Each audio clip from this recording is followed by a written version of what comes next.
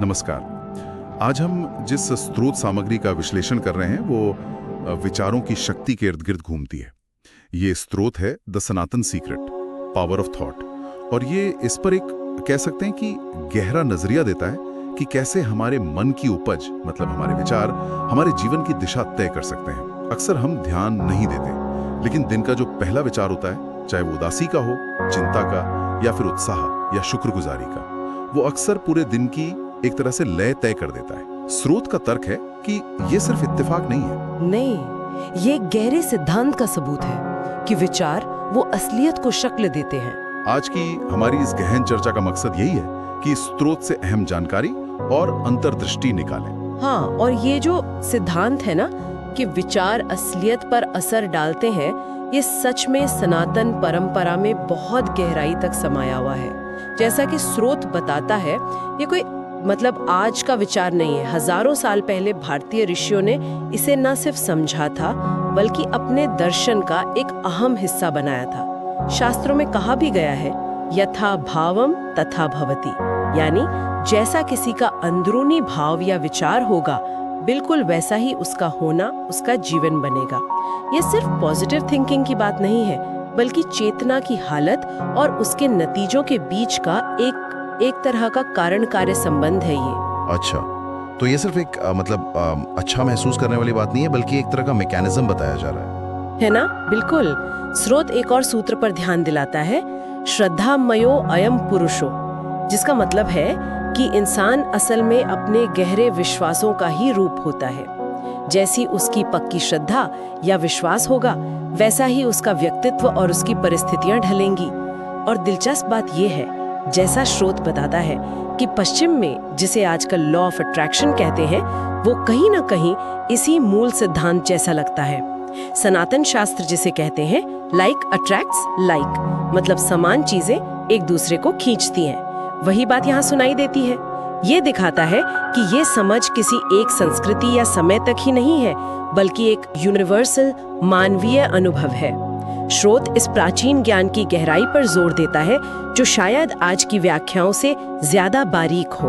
हाँ, ये सार्वभौमिकता वाली बात अहम है। स्रोत इस यूं कहें कि अमूर्त से लगने वाले सिद्धांत को समझाने के लिए एक बड़ा ठोस सा रूपक इस्तेमाल करता है, खेती का। इसको थोड़ा खोलते हैं। सोचिए कि मन एक जमीन है, एक खेत, और हमारे हर दिन के विचार, चाहे वो हमें पता हो या ना पता हो, वो बीज की तरह है जो हम इस खेत में बो रहे हैं। अब सवाल ये उठता है कि हम इस जमीन का कितना ध्यान रख रहे हैं और कैसे बीज चुन रहे हैं। बिल्कुल।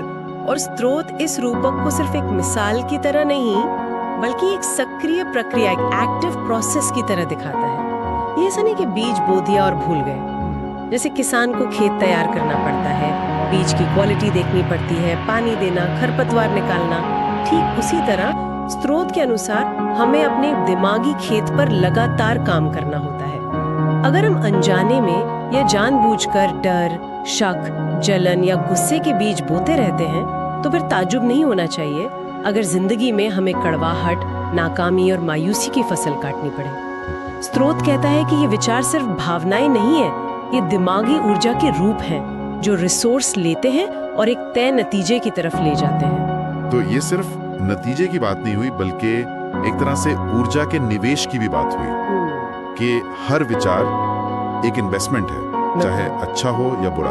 हाँ, स्रोत का नजरिया यही लगता है।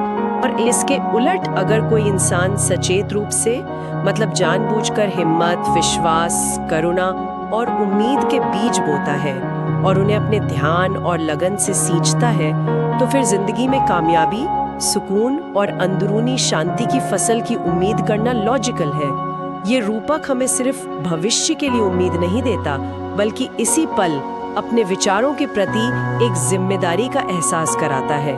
स्रोत ये साफ करता है कि हमारे आज के विचार सचमुच हमारे कल की हकीकत की नींव रख रहे हैं। इस अंदरूनी विचार प्रक्रिया का बाहरी दुनिया से क्या रिश्ता है, इस पर स्रोत और गहराई में जाता है। एक बहुत ही अहम बात जो स्रोत कोट करता है वो है चित्तमेव ही संसारम, जिसका सीधा मतलब है कि हमारा मन ही हमारा संसार है। ये तो अगर इसे पूरी तरह समझा जाए तो ये क्रांतिकारी विचार हो सकता है। बिल्कुल। इसका मतलब ये नहीं है कि बाहरी दुनिया की कोई हकीकत है ही नहीं, बल्कि ये कि हमारा उस हकीकत का अनुभव वो पूरी तरह से हमारी अंदरूनी मानसिक और भावनात्मक हालत पर निर्भर करता है।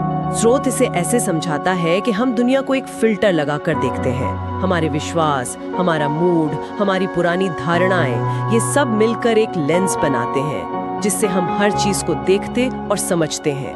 अगर किसी के मन में गहरी निराशा या डर बैठा है तो उसे अच्छी परिस्थितियों में भी सिर्फ रुकावटें और खतरे ही नजर आएंगे। मौका उसके सामने होगा पर वो उसे देख नहीं पाएगा क्योंकि उसका दिमागी लेंस उसे फिल्टर कर देगा। और इसका उल्टा भी उतना ही सच है। हाँ, स्रोत के मुताबिक अगर किसी का मन उम्मीद, शांति और सफाई से भरा है तो वो मुश्किल हालात में भी मौके देख पाएगा, हल ढूंढ पाएगा। उसके अंदर की रोशनी बाहरी अंधेरे को भेदने में मदद करेगी। ये एक ऐसा तजुर्बा है जिसे शायद कई लोगों ने महसूस किया होगा। कैसे एक ही सिचुएशन या इंसान के प्रति हमारा नजरिया हमारे मूड के बदलने से पूरी तरह बदल जाता है। स्रोत इसे सिर्फ एक साइकोलॉजिकल फैक्ट की तरह नहीं देखता, बल्कि एक गहरे आध्यात्मिक सिद्धांत की तरह पेश करता है कि हमारी अंदरूनी हालत एक्टिवली हमारी बाहरी हकीकत के अनुभव को बनाती है। तो विचारों का ये जो बहाव है, ये अंदरूनी हालत जिंदगी में कैसे जाहिर होती है? स्रोत इसे समझाने के लिए एक और बड़ा अच्छा रूपक इस्तेमाल करता है, नदी का बहाव। सोचिए, एक नदी है जो अपने स्रोत से निकलती है साफ और निर्मल। जब तक उसके रास्ते में कोई बड़ी रुकावट नहीं आती, वो आराम से बहती हुई अपनी मंजिल यानी समंदर तक पहुंच जाती है। उसका बहाव जिंदगी और ऊर्जा का प्रतीक है। स्रोत के अनुसार हमारे पॉजिटिव, साफ और फोकस्ड विचार जिंदगी में इसी तरह का एक सहज बहाव बनाते हैं। जब हमारा मन शांत होता है, लक्ष्य साफ होते हैं और हम विश्वास के साथ आगे बढ़ते हैं तो जिंदगी में चीजें ज्यादा आसानी से होती लगती हैं, मौके आते हैं, तरक्की होती है। लेकिन अब सोचिए उस नदी के बारे में जिसके रास्ते में बड़ी बड़ी चट्टानें आ जाती हैं या बहुत सारी गाद और मिट्टी जमा हो जाती है। क्या होता है? पानी का बहाव रुक जाता है, धीमा पड़ जाता है, गंदा हो जाता है और हो सकता है कि वो अपनी पूरी ताकत से बह ही ना पाए या अपनी मंजिल तक पहुंचने में बहुत मुश्किल महसूस करे। और यहाँ पर नकारात्मक विचार उन चट्टानों और गाद की तरह हैं। ठीक यही बात स्रोत कहता है। बिल्कुल। नकारात्मक विचार जैसे लगातार चिंता करना, गुजरे हुए कल पर पछताना, आने वाले कल से डरना, दूसरों के लिए दिल में मैल रखना, ये सब हमारी जिंदगी के सहज बहाव में रुकावटें पैदा करते हैं। वो हमारी ऊर्जा सोख लेते हैं, हमारी नजर धुंधली कर देते हैं और हमें अपनी पूरी क्षमता तक पहुंचने से रोकते हैं। स्रोत इस रूपक का इस्तेमाल ये बताने के लिए करता है कि ये रुकावटें सिर्फ बाहरी नहीं है, बल्कि अक्सर हमारे अपने मन की ही बनाई हुई होती हैं।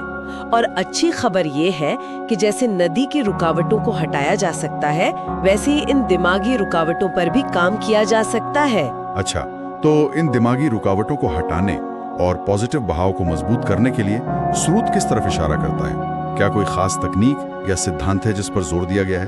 हाँ, स्रोत एक बहुत ही ताकतवर अंदरूनी क्षमता के बारे में बताता है जिसे पुराने ऋषि संकल्प शक्ति कहते थे। ये समझना जरूरी है कि संकल्प सिर्फ इच्छा या ख्वाहिश नहीं है। स्रोत इसे कहीं ज्यादा गहरी और स्थिर अवस्था बताता है।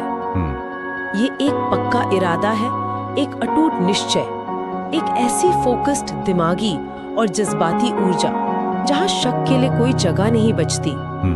ये सिर्फ कुछ पाने की इच्छा नहीं, बल्कि उसे हासिल करने का एक अंदरूनी फैसला है जिसे इंसान अपनी पूरी चेतना से अपना लेता है। तो ये संकल्प सिर्फ एक मजबूत इरादा ही नहीं है, बल्कि कुछ और भी गहरा है। स्रोत इसके असर के बारे में क्या कहता है? स्रोत के मुताबिक जब किसी इंसान का संकल्प इस लेवल तक पहुंच जाता है, पूरी तरह से केंद्रित, बिना शक के और गहरी भावना से भरा हुआ, तो उसका असर सिर्फ उसके अपने कामों और बर्ताव तक ही सीमित नहीं रहता। यहाँ स्रोत एक दिलचस्प दावा करता है कि ऐसा पक्का संकल्प एक तरह के गूंज या लहर पैदा करता है जो कायनाती ऊर्जाओं से बात करती है। ये माना जाता है कि सृष्टि या ब्रह्मांड खुद ऐसे फोकस संकल्प की मदद के लिए आगे आता है। हालात मददगार होने लगते हैं और रास्ते खुलने लगते हैं। पश्चिम में जिसे विजुअलाइजेशन कहते हैं, यानी लक्ष्य की साफ दिमागी तस्वीर बनाना, वो संकल्प का एक हिस्सा हो सकता है। लेकिन स्रोत बताता है कि भारतीय ऋषियों ने इसे ध्यान, ध्याना और जपा जैसी ज्यादा गहरी और अनुशासित साधनाओं से जोड़ा था। ध्यान और जप, ये विजुअलाइजेशन से कैसे अलग है स्रोत के हिसाब से? स्रोत का इशारा है कि विजुअलाइजेशन जहां ज्यादातर दिमागी तस्वीर पर फोकस करता है, वहीं ध्यान और जप चेतना को उस संकल्प वाले विचार में पूरी तरह डुबो देने, उसे स्थिर करने और उसे एनर्जी देने की प्रक्रियाएं हैं। ध्यान मन को बाहरी भटकावों से हटाकर उस एक संकल्प पर टिकाने का अभ्यास है, जबकि जप उस संकल्प से जुड़े मंत्र या शब्द को बार बार दोहराकर उसे सबकॉन्शियस मन में गहराई तक बिठाने का तरीका है। ये सिर्फ सोचना नहीं, बल्कि उस विचार को जीना, महसूस करना और अपनी चेतना का हिस्सा बना लेना है। स्रोत के अनुसार यही लगातार अभ्यास ही संकल्प को असली शक्ति देता है। हाँ, ये लगातार अभ्यास और दोहराव का महत्व बार बार सामने आ रहा है। क्या स्रोत इस पर और रोशनी डालता है कि ये दोहराव काम कैसे करता है? हाँ, स्रोत इस बात पर जोर देता है कि विचार, खासकर वो जिन्हें बार बार दोहराया जाता है और जिन पर जज्बाती ऊर्जा लगाई जाती है, वो हमारे दिमाग में नए न्यूरल रास्ते बनाते हैं। वो हमारी आदतों, हमारी धारणाओं और आखिरकार हमारे बर्ताव को बदलते हैं। ये एक धीमी प्रक्रिया हो सकती है, लेकिन स्रोत इसे निश्चित बताता है। जैसे पानी लगातार एक पत्थर पर गिरकर उसमें निशान बना देता है, वैसे ही लगातार दोहराए गए विचार और संकल्प हमारी हकीकत को शक्ल देने लगते हैं। स्रोत ने शायद दीपक का रूपक भी इसी लगातार कोशिश को दिखाने के लिए इस्तेमाल किया हो। एक छोटा सा दीपक भी अगर लगातार जलता रहे, तो वो बड़े से बड़े अंधेरे को भी धीरे धीरे कम कर सकता है। सकारात्मक विचारों की ये जो निरंतरता है, ये नकारात्मकता के अंधेरे को काटने का काम करती है। ये एक बार की कोशिश नहीं, बल्कि एक लगातार चलने वाली साधना है। तो अगर हम अब तक की चर्चा को समेटें, तो स्रोत द सनातन सीक्रेट का मुख्य संदेश क्या उभर कर आता है? देखिए, मुख्य संदेश बहुत साफ और ताकतवर है। हमारे विचार सिर्फ पल भर की दिमागी घटनाएं नहीं हैं, वो रचनात्मक ऊर्जा के बीज हैं जिनसे हमारी जिंदगी का ताना बाना बुना जाता है। स्रोत हमें ये समझने के लिए प्रेरित करता है कि हम बाहरी हालात के लाचार शिकार नहीं हैं, बल्कि अपने विचारों और विश्वासों के जरिए अपनी हकीकत के सह निर्माता हैं, को-क्रिएटर हैं। इसलिए सबसे जरूरी हुनर जो कोई भी विकसित कर सकता है, वो है अपने विचारों के प्रति जागरूक होना और सचेत रूप से उन्हें चुनना और पालना पोसना। और इस पूरी प्रक्रिया में स्रोत ब्रह्मांड की भूमिका पर भी एक बहुत ही दिलचस्प टिप्पणी करता है। हर विचार एक संदेश है। इस बात की गहराई पर सोचिए जरा। स्रोत ये सुझाव दे रहा है कि हमारे विचार सिर्फ हमारे अपने मन तक ही सीमित नहीं है, वो एक तरह की ऊर्जा या वाइब्रेशन छोड़ते हैं जो इस बड़े ब्रह्मांडीय क्षेत्र के साथ इंटरैक्ट करती है। ये एक लगातार चलने वाली बातचीत है। अगर ऐसा है, तो हमें अपने विचारों की क्वालिटी के प्रति बहुत ज्यादा सावधान रहना होगा। क्या हम लगातार कमी, डर और शक के संदेश भेज रहे हैं, या फिर बहुतायत, विश्वास और शुक्रगुजारी के? ये वाकई बड़ी जिम्मेदारी का एहसास कराता है। इसका मतलब है कि हमें न केवल अपने कहे शब्दों और कामों के प्रति, बल्कि अपने अंदर के गहरे विचारों के प्रति भी जवाबदेह होना होगा, अगर हम अपनी जिंदगी को पॉजिटिव दिशा देना चाहते हैं। निश्चित रूप से स्रोत का इशारा यही है कि ब्रह्मांड न्यूट्रल है। वो बस हमारे भेजे गए संदेशों पर प्रतिक्रिया करता है। इसलिए अगर हम एक खास तरह की जिंदगी चाहते हैं, तो हमें लगातार उसी तरह के विचार, भावनाएं और विश्वास ब्रह्मांड में भेजने का अभ्यास करना होगा। ये कोई पैसिव इंतजार नहीं, बल्कि एक एक्टिव, सचेत सृजन प्रक्रिया है। तो आज की इस गहन चर्चा का सार यही निकलता है कि ये स्रोत सामग्री हमें विचारों की जबरदस्त शक्ति और जिंदगी को बदलने की उनकी क्षमता के बारे में बताती है। ये सिर्फ पॉजिटिव सोचने की बात नहीं है, बल्कि अपने मन के काम करने का तरीका, विश्वास की शक्ति और संकल्प के विज्ञान को समझने और उसे होशपूर्वक लागू करने की बात है। स्रोत के अनुसार ऐसा करके कोई भी इंसान अपनी जिंदगी की नाव को मनचाही दिशा में ले जा सकता है। और इस बातचीत के आखिर में एक विचार मनन के लिए छोड़ जाते हैं, जो सीधे स्रोत की उस बात से जुड़ता है कि ब्रह्मांड सुन रहा है। अगर हमारा हर विचार, चाहे वो सचेत हो या अचेतन, ब्रह्मांड को भेजा गया एक लगातार संदेश है, तो रुककर सोचें इस पल और पिछले कुछ घंटों में कोई व्यक्ति लगातार ब्रह्मांड के साथ किस तरह की बातचीत कर रहा है? क्या ये बातचीत उन लक्ष्यों, सपनों और उम्मीदों का साथ देती है जिन्हें वो पाना चाहता है, या ये अनजाने में उन्हें रोक रही है? और अगर ये बातचीत वैसी नहीं है जैसी होनी चाहिए, तो आज वो कौन सा एक जानबूझकर चुना गया सकारात्मक और शक्तिशाली विचार या संकल्प हो सकता है जिसे दोहराना शुरू किया जाए, ताकि ब्रह्मांड के साथ इस संवाद को एक नई रचनात्मक दिशा दी जा सके? ये एक छोटा कदम हो सकता है, लेकिन स्रोत के अनुसार है इसका जिसे दोहराना शुरू किया जाए, ताकि ब्रह्मांड के साथ इस संवाद को एक नई रचना